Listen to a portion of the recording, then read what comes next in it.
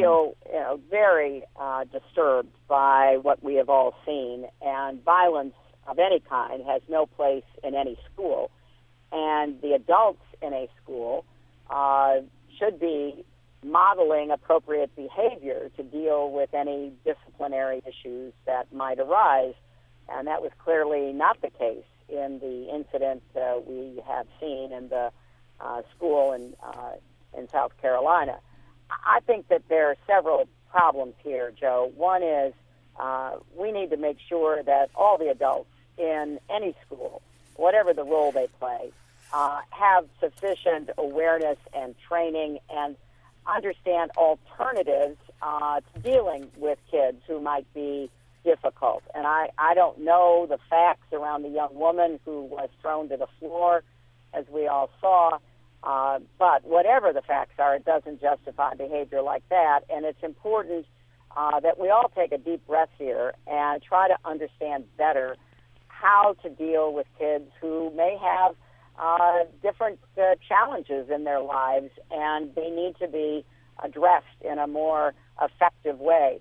One of our big concerns should be that, black children are disciplined much more frequently. They're suspended and expelled from school much more frequently.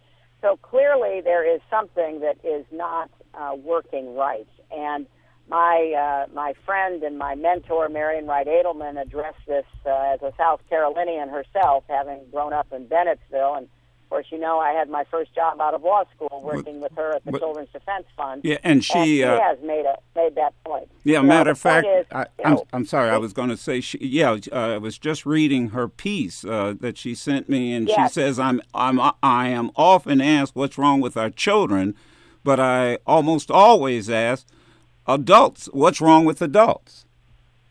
Exactly. And, honestly, Joe, I think that we've got to have a greater awareness that the adults in kids' lives today, and I would include every institution, from the family to the school to law enforcement, you name it.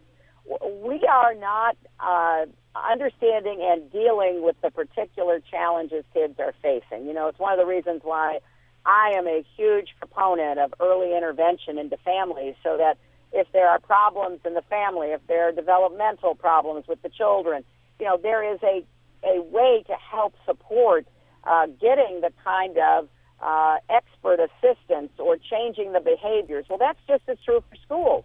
We need to deal with the world that we're in. Now, I know a lot of adults complain that kids aren't as respectful, that they don't follow authority.